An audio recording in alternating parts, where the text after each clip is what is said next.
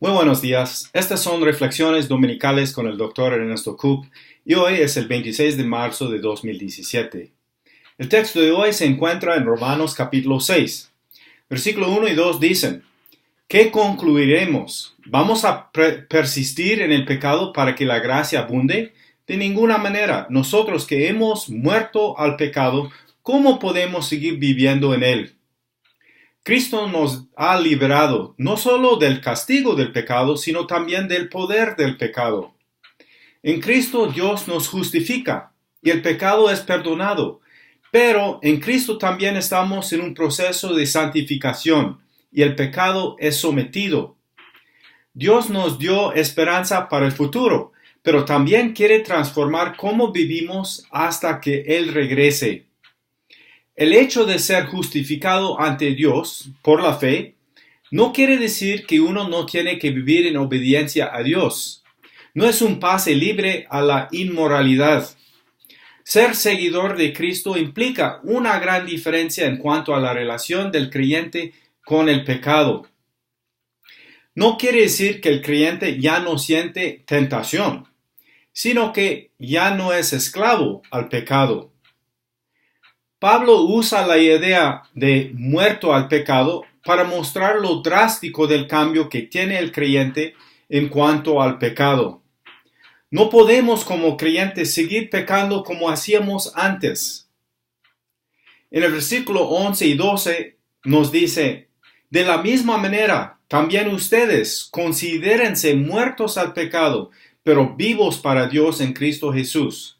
Por lo tanto, no permitan ustedes que el pecado reine en su cuerpo mortal, ni obedezcan a sus malos deseos.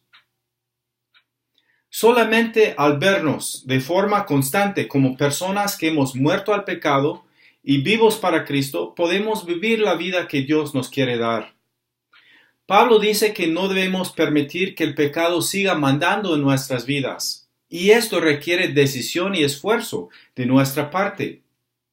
Fuimos creados con libre albedrío y entonces tenemos que ejercer nuestra voluntad y luchar contra el control del pecado. Esto es posible porque Cristo quebró el poder que tenía el pecado sobre nosotros y el Espíritu Santo nos ayuda para resistir al pecado.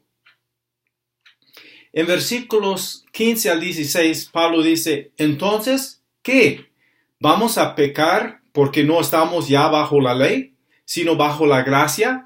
De ninguna manera. ¿Acaso no saben ustedes que cuando se entregan a alguien para obedecerlo, son esclavos de aquel a quien obedecen?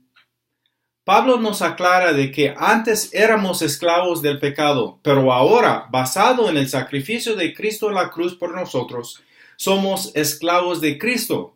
Dios es nuestro nuevo amo y hay que vivir para Él. Si uno no sirve a Dios, entonces está sirviendo al pecado. No hay otra opción. Cuando uno llega a ser seguidor de Cristo, es librado del régimen de la ley, de la muerte y del pecado, y es introducido al nuevo régimen de Cristo, de santidad, del Espíritu Santo, de gracia y de vida. La idea de que ser salvo no tiene implicaciones para la vida cotidiana es falso, no es bíblico. Ser salvo implica una relación restaurada con Dios y una vida cambiada.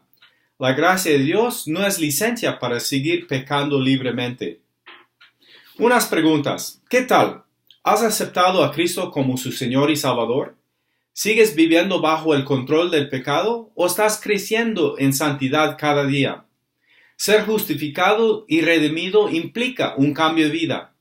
¿Cómo te va?